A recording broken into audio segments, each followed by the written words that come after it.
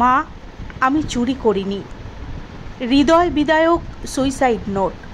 চুরির অপবাদেই বিষ খেয়ে আত্মহত্যা ক্লাস 7-এর পড়ুয়ার। পাঁশকুড়ার গোসাইবের বাজারের কৃষ্ণেন্দু দাস 7ম শ্রেণীর ছাত্র। রবিবার বাজারে চিপস কিনতে গিয়েছিল।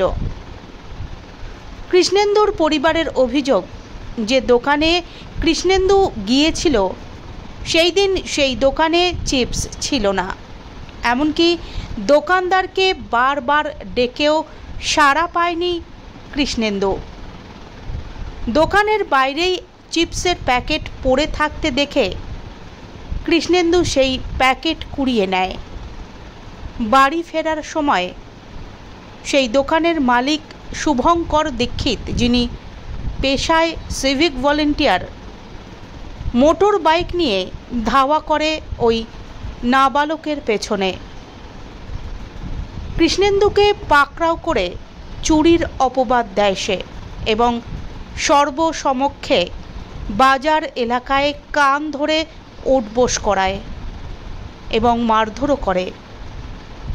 কৃষ্ণেন্দুর মা বাবার আরও অভিযোগ, কি হয়েছিল একটু বলবেন? আমার ছেলে এখন সামান্য একটা কুড়কুড়ি চোরের অপরাধে আমার ছেলে এখন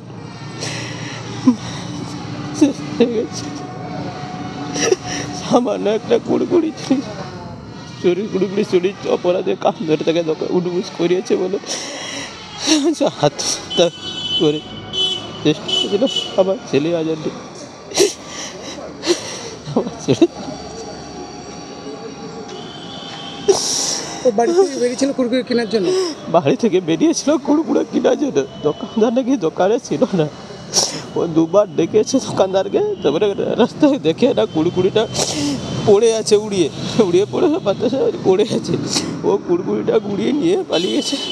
ওকে তখন দোকানদার নাকি আবার বাড়াই, যখন ও দেখে না একটা ছেলে কুড়কুড়ি নিয়ে পালিয়ে যাচ্ছে, ওকে দোকানদার পিছনে মোটর সাইকেল নিয়ে ধাওয়া করেছে।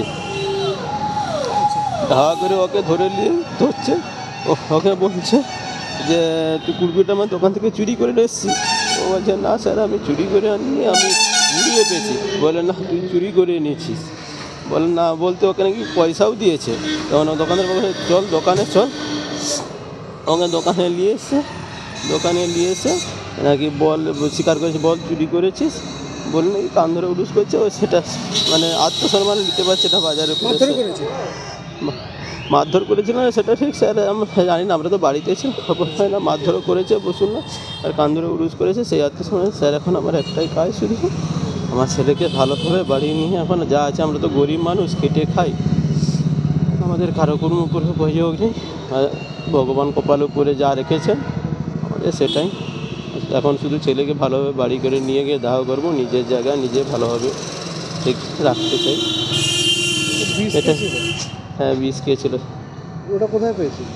আমরা চাষিবাসী মানুষ তো, আমাদের ঘরে সবসময় থাকে। আমরা তো চাষবাস করে খাই, খেটে খাওয়া মানুষ, আমাদের ঘরে সবসময় থাকে। মানে আত্মসম্মানের জন্যই সে যে বিষ খেলো। হ্যাঁ হ্যাঁ। আমার নাম জগন্নাথ বেরা। জগন্নাথ বেরা। কি চাইছেন আপনারা এখন?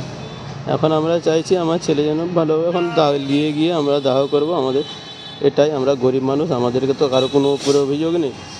উপরওয়ালা ভগবান যেটা করবে সেটাই, আমাদের উপরওয়ালার উপরে বিশ্বাস আমাদের, আর কারো কোনো অভিযোগ। দোকানদারের উপরে কিছু কি আমাদের আমরা গরিব মানুষ, খেটে খাই ভাই। আমার এখন সন্তান চলে গেছে, আমার কারো কোনো অভিযোগ নেই। উপরে ভগবান যা রেখেছে কপালে সেটাই হবে। পড়াশোনা করতো ক্লাস 7-এ বাকুল্লা হাই স্কুল। ঘটনা প্রাথমিকভাবে শুনে নাবালকের মা ঘটনাস্থলে গিয়ে কৃষ্ণেন্দুকে শাসন করে এবং বাড়ি ফিরিয়ে নিয়ে আসে। এরপর চোর অপবাদ সহ্য করতে না পেরে একটি সুইসাইডাল নোট লিখে বাড়িতে থাকা কীটনাশক খেয়ে নেয় ওই নাবালক। তারপরেই তাকে তমলুক মেডিকেল কলেজে ভর্তি করা হয়। এরপর মারা যায় কৃষ্ণেন্দু। ঘটনা জানতে পেরে ইতিমধ্যেই কান্নায় ভেঙে পড়েছে গোটা পরিবার। যদিও যার বিরুদ্ধে অভিযোগ সেই শুভঙ্কর দীক্ষিতের কোনো প্রতিক্রিয়া পাওয়া যায়নি। কোনো রকম সিসিটিভি ফুটেজ দেখাতে রাজি হয়নি শুভঙ্কর। এক্ষেত্রে একটাই প্রশ্ন উঠছে, কিভাবে আইনের লোক হয়েও আইন নিজের হাতে তুলে নিলেন শুভঙ্কর? শাস্তির দাবি তুলেছে গোটা এলাকাবাসী।